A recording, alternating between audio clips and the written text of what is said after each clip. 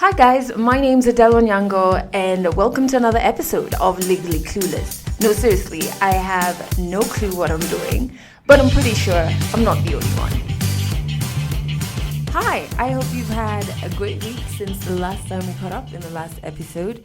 I want to give a special shout out to a couple of people who've shown Legally Clueless some love this week, all the way from South Africa, and I hope I'm pronouncing this right. Duduzile Skosan. Big shout out to you. I see your comments, I see the love, and I appreciate it. I also want to shout out Miss Nyambura and Wamboy 21. Is that your age?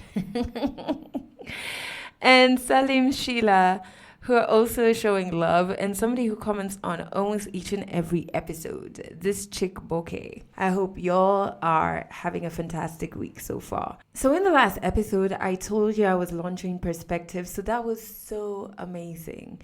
And in case you missed out that episode, it's a new podcast I have that I'm hoping to have every 2 months. It's recorded live with a live audience here in Nairobi, Kenya. And entrance is free. And it's a safe space for men and women to talk about their experiences in living in this patriarchal society.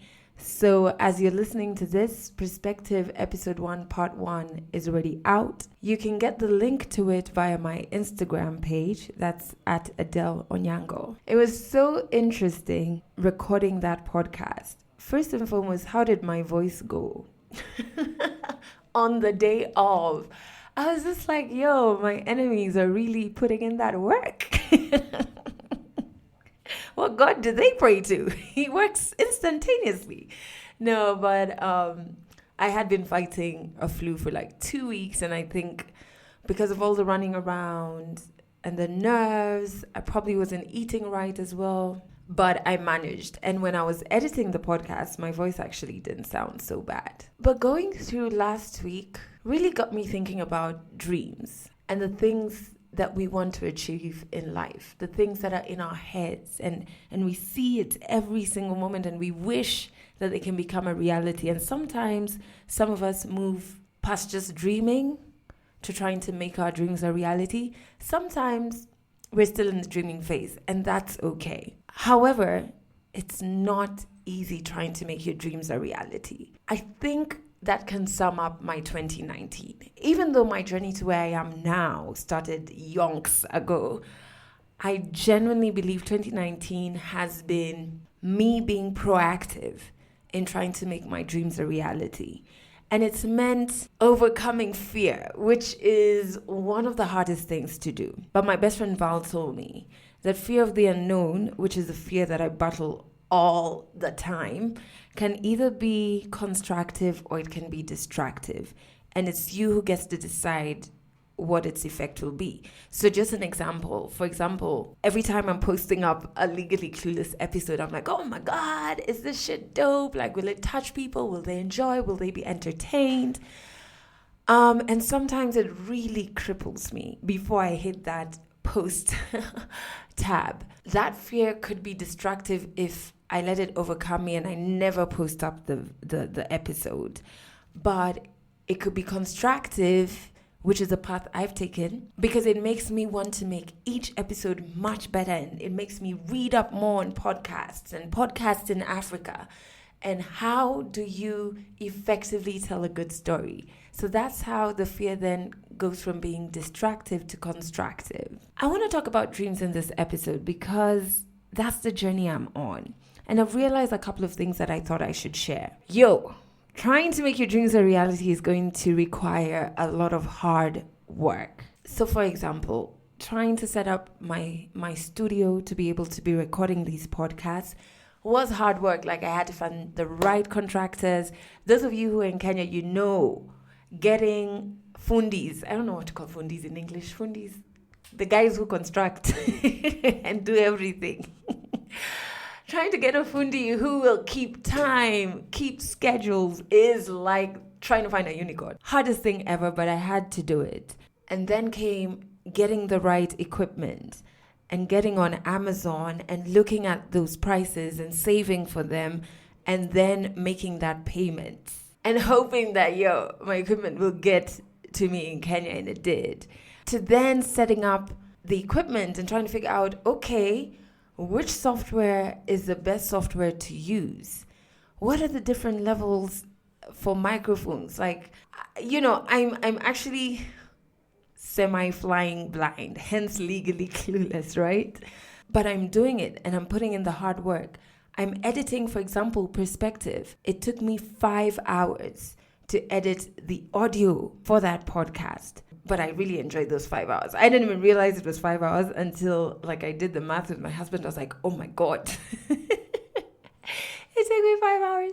But it's hard work. Even though I'm enjoying it, it is hard work. And what I do know is that it's not magical that your dreams become a reality. There's so much that goes in, and the hard work that goes in is ridiculous. And the hard work, especially coming from employment, does not respect that there's a difference between weekdays and weekends. When you're working on your own personal dream, you find yourself working on a Sunday morning. And you gotta put in that time, right? Because if you don't do it, who the heck will? I've also found that you really need the right people around you. And sometimes it's gonna take you time to find the right people. And I think that's the journey that I'm on. So the approach that I've taken is to look at the skills that I need to be able to make my dreams a reality. So obviously there's skills that I can do based on my near decade in radio experience. So when it's producing a podcast, I can do that. I can cut audio, I can come up with a show prep and all of that. Those skills, I got that. But there's more that's going to be needed to make this dream of mine a reality. So I listed down the skills that I'll need. And I'm constantly on the prowl, looking for the right people to fit into those slots. Some of them have those right people, some of them don't. But I'm just giving myself time and being more observant in the people I interact with, so that whenever I spot somebody who has that skill that I need, I'm like, let me try and get to know this person better and see if they're rightly placed to help me, make this dream come true, man. And then what I've realized is that not everyone clapping for you is clapping for you. That has been one of the most heartbreaking realizations I've come to. Because I've had different people in the media and out of the media clapping for me and saying, we love what you're doing, and showing this facade of support, but behind the scenes doing the complete different, or even directly to me. For example, me resigning from Kiss FM obviously had tons of people and bloggers writing their own false versions of the story, even though they could have just listened to Legally Clueless and gotten the real deal. But hey, and obviously being in the limelight means that will happen often. And in 9.5 years, not one person has ever sent me a link of a negative blog post, because the people around me and know the full story, and they know that those things can be triggers to me. And so if they send that to me, I don't even know why you'd want it, but if they send that to me, it could then trigger a lot of darkness my way, and they want to shelter me from that because they're my support system and they love me. But I have had people who should know better sending me those links. People who know my entire journey with resigning, which did not start this year, guys. And, it just shows that not everybody clapping for you is actually clapping or means well. Some people can be, for lack of a better word, vindictive, and you've got to protect yourself from those people, because they could be a huge distraction from you trying to make your dream a reality. They could make you focus on them instead of focusing on your path. Another thing that I found that is so important is discipline. Time management. I'm currently failing at it, although in the last 2 days I've really improved. But the last 2 weeks, like I'll tell myself, okay, I'm going to be up by 7:30, by 8, I'm going to be recording, then I'm going to edit this, then I'm going to make this promotional material. You guy, how am I getting out of bed at 9? And I don't even have an excuse, because for years I was waking up between 4:30 and 5.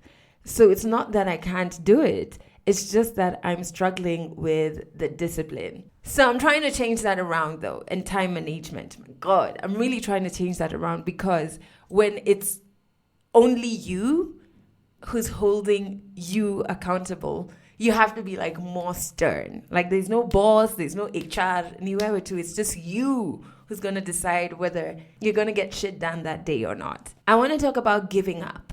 And giving up on your dream doesn't mean throwing it all away. It doesn't mean, for example, me canceling Legally Clueless and saying, you know, fuck this shit, we're not getting enough plays, nobody's listening, nobody cares, and just deleting all the pages that have Legally Clueless. Most of the time when we think about giving up, we think about that. But I think giving up has stages. So when you settle, I feel like that's like stage 1 or 2 of giving up. And settling could be when I'm making an episode, I settle for a mediocre version, or I don't cut it up the right way, and I'm like, whatever, it's good enough. Good enough for who? We're trying to be great here. We are trying to be great. Demand greatness from yourself all day, every day, and then some. And then there's also settling for mediocrity in terms of like opportunities that come your way. Like right now, I feel like I'm on this trajectory and I'm like doing shit that will probably make sense in 3-4 years, right? So if I settle for an opportunity that is 2 years behind my trajectory, what the heck am I doing to myself? It's like stage 1 of giving up. I'm giving up on the dream. I can see it clearly in my head. So why the heck would I turn back and move backwards, right?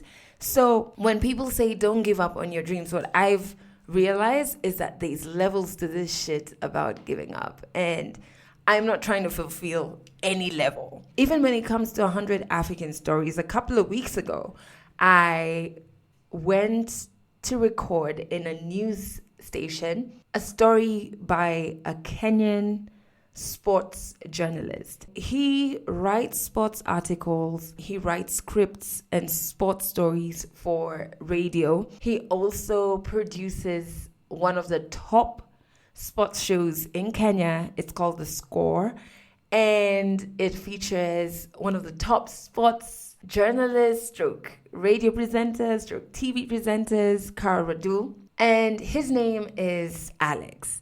Alex's journey to making sure his dream becomes a reality is just on steroids. Like, when I grow up, I want to have as much perseverance and grit as Alex. 100 African stories. There is no proper life that you live in university as a musician. If I constantly just walked around feeling sorry for myself, I'm never going to get anything done. There was a bit of frustration in between all of that. I've been breaking my back for this company. Therapy is not for the weak or for the crazy. Stories from Africa. My name is Alex.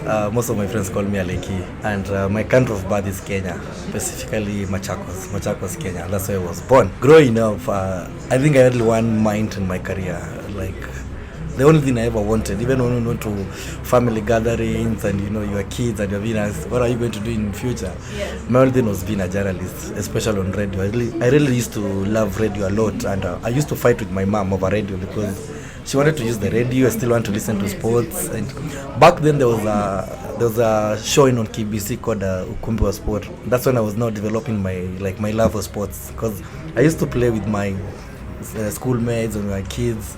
So now I would go back home and listen to Ukumbi wa Sport. It used to come after every news, 9 a.m. and 9 p.m. And then we are kids. So by that time, the sleep has already caught up with you. In the middle of it, most of the time I found myself sleeping. And then it's wake up by the morning, and then the batteries for my mom's radio I've already done, like they're dead. So they're gone. Now she's mad. And this is not calculating my age. Back then, KBC used to go shut at 12 a.m. at midnight. So from there to 5, there is nothing going on. So now my mom used to use also the radio as part like an alarm. So if that whatever, if it exactly gets at 5, there was a tone that used to play, and then the nation one thing. So that is whatever, that's your alarm. She would fight me like over the radio.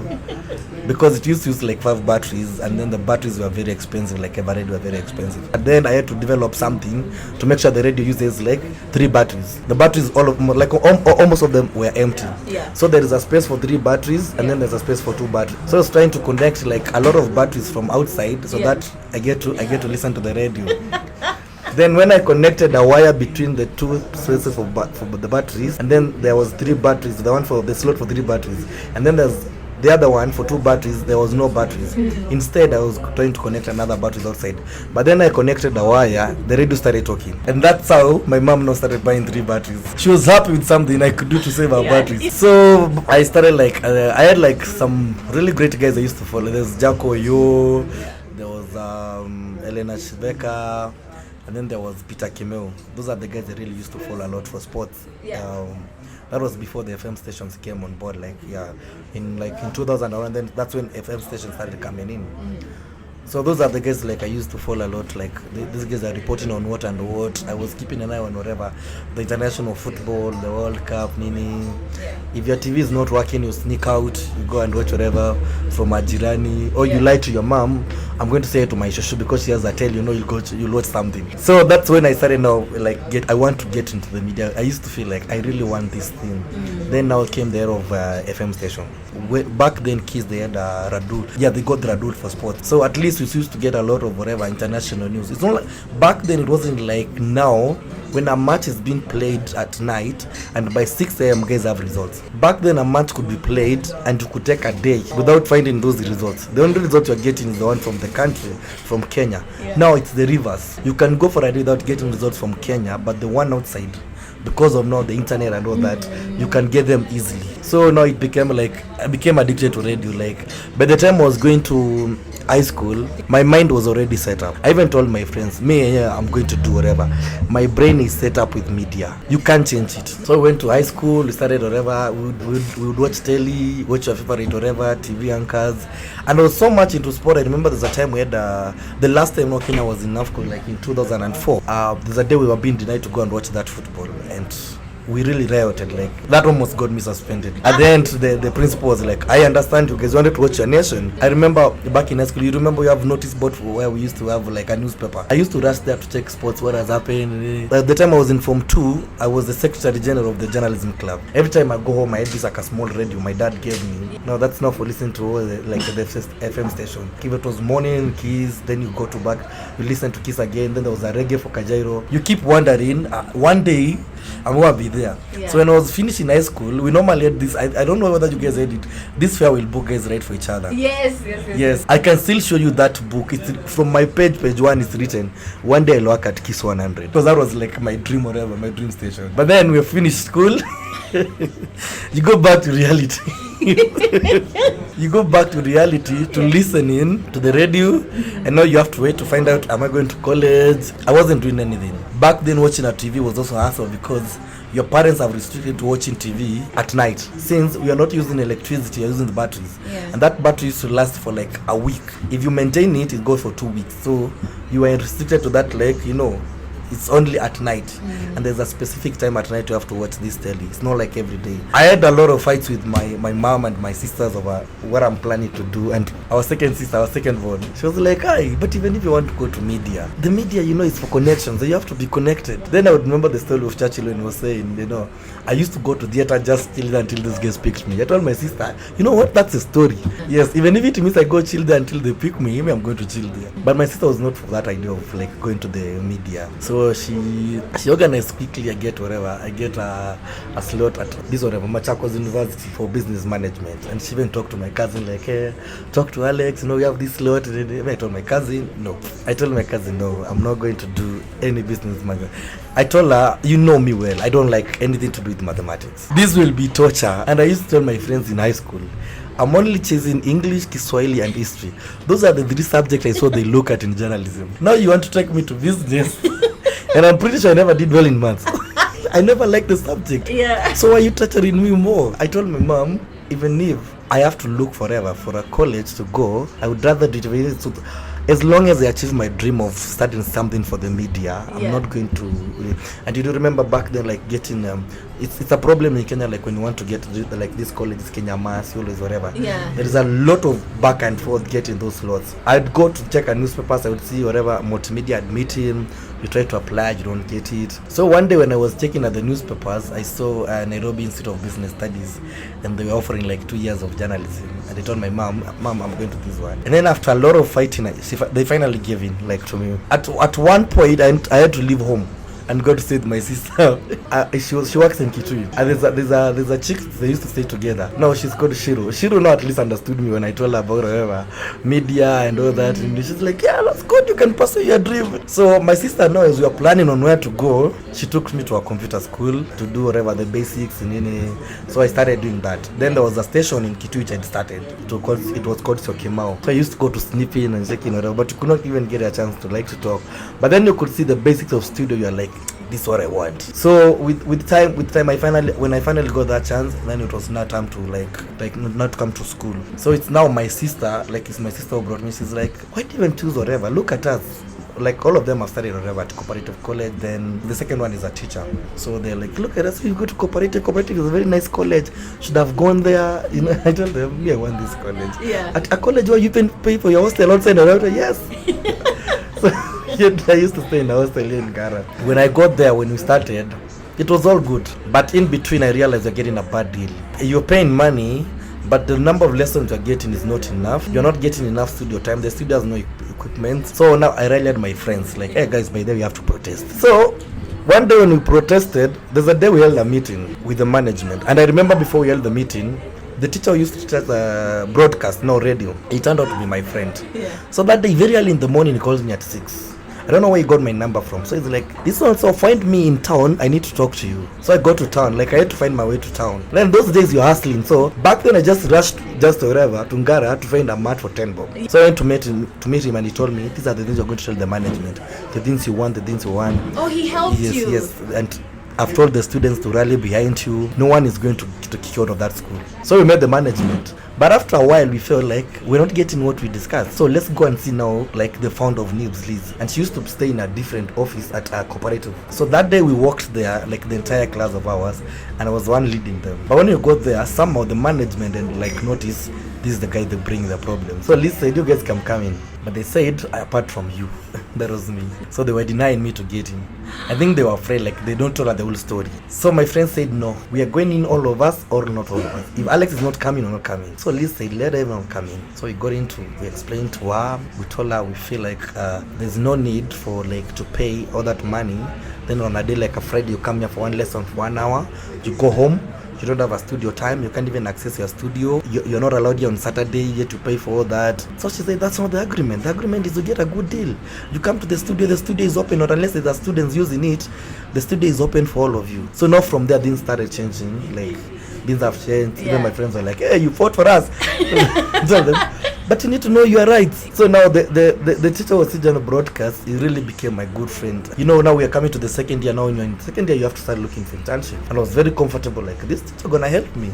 I told him, by the time now we are going for the second year, I had already moved from the hostel I used to stay at Ngara. I went to stay in Dandora with my friend. So that's a small cubicle. You're paying 1,000 bob, so you're sharing punch, and then we're okay. So why didn't you come? I said, fine, we can change. So I moved to there. So that time now I'd already talked to that teacher and I told him, I need an internship. And I was really, really interested in going to KBC. Like, I really wanted, like, I used to listen to this station a lot. Now this is like my dream station. So when we were talking, I applied for everything. I gave it to him. So you get like a 2 weeks off to look for internship. I feel I'm already sorted. Because you've talked yes, and I've already given everything. And the friend I have, my friend has already given them everything.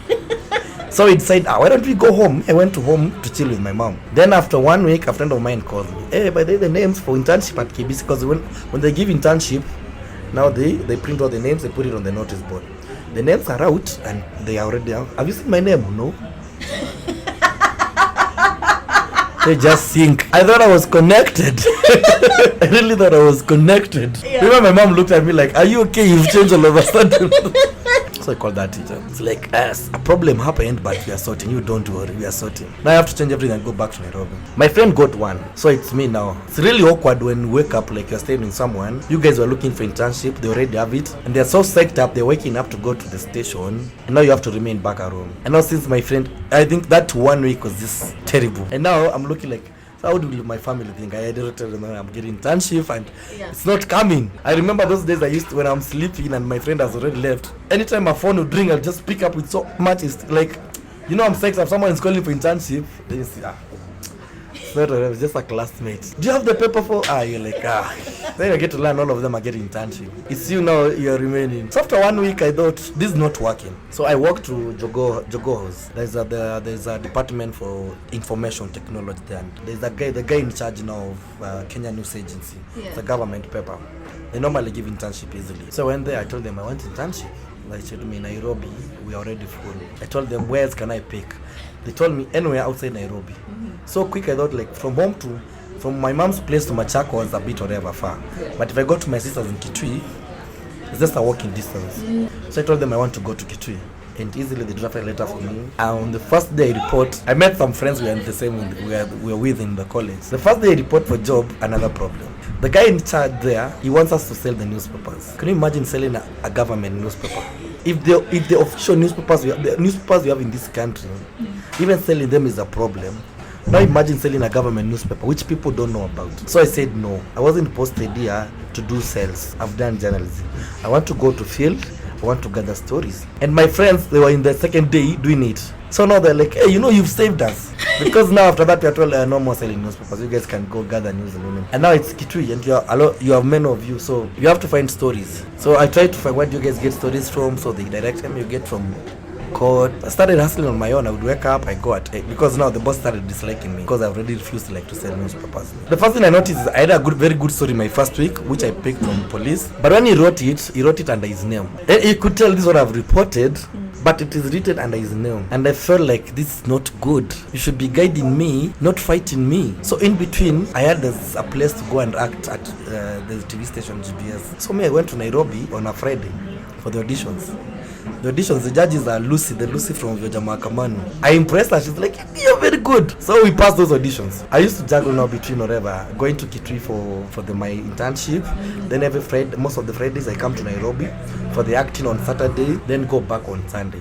The acting was good, but it wasn't pain like anything worth it, because even my sister used to laugh at me like, why are you going to Nairobi? Because number one used to get 10k. It was allowed to be groups. So number one, if you're group, you get 10k. Number two used to get 2,000. Then from number three, it doesn't matter how many you are in your group, you're getting 500. So luckily for us, we were the two of us. So just have the 250. Can you imagine a situation where you left Kitui and paid a fee of 200 bob? 200 is 400 to be paid 250. You read that operator LS. Yeah. But you're giving us like you really want this to see if it can work. If you can try a bit of comedy. Yeah. It's trying to also to make the ends meet. But I'm still like, man, just one radio. Why can't this case just see it? Back in Kitui, I was doing well with whatever news agency, but the boss was really like, he never liked me. Yeah. Ever since I stormed and said I'm not selling newspapers, and it's like his bosses found out what he was doing, and he was really mad. Then I made friends with whatever OCS for Kitui. He became a very good friend of mine, and he would give me good stories. I would give them. Some would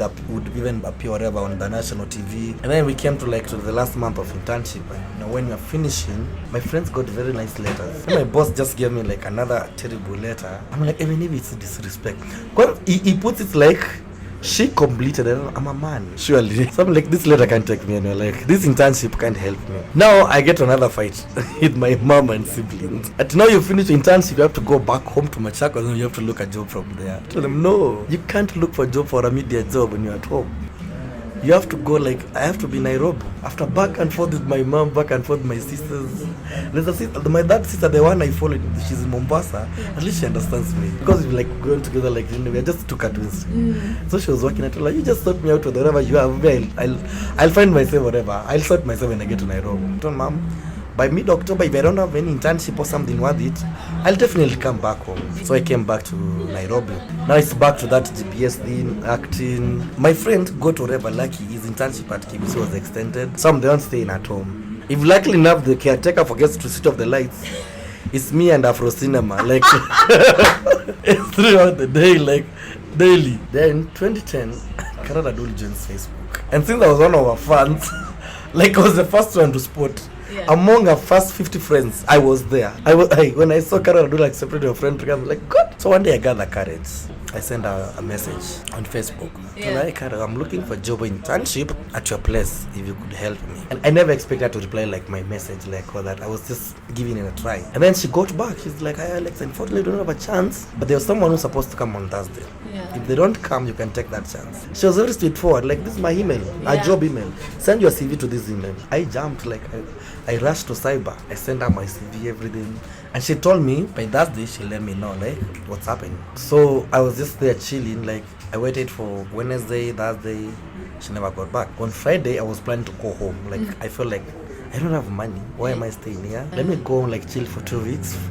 I tried to apply for stuff while I'm there. So now when in the middle of that Friday when I'm planning like now to go for home, I didn't call my mom. I told her I want to come back home for 2 weeks. But I say let me send Carol a message. One last one before I go. So I sent her.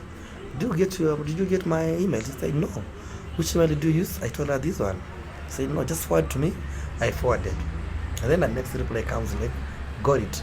You can start your internship on Monday. You know, I even like texted her again. Would you please confirm? She's like, please, I'm the boss here. I can confirm. Please report for 12-month internship on Monday at 7:45. Am I really going to Kiss 100? And I called my mom and told her, by the way, I'm not coming home. She's like, why? I'm like, I've got internship, mom. They could not believe it. Even my sister could not believe it. It's like, are you serious? Catch our next African stories in the next episode.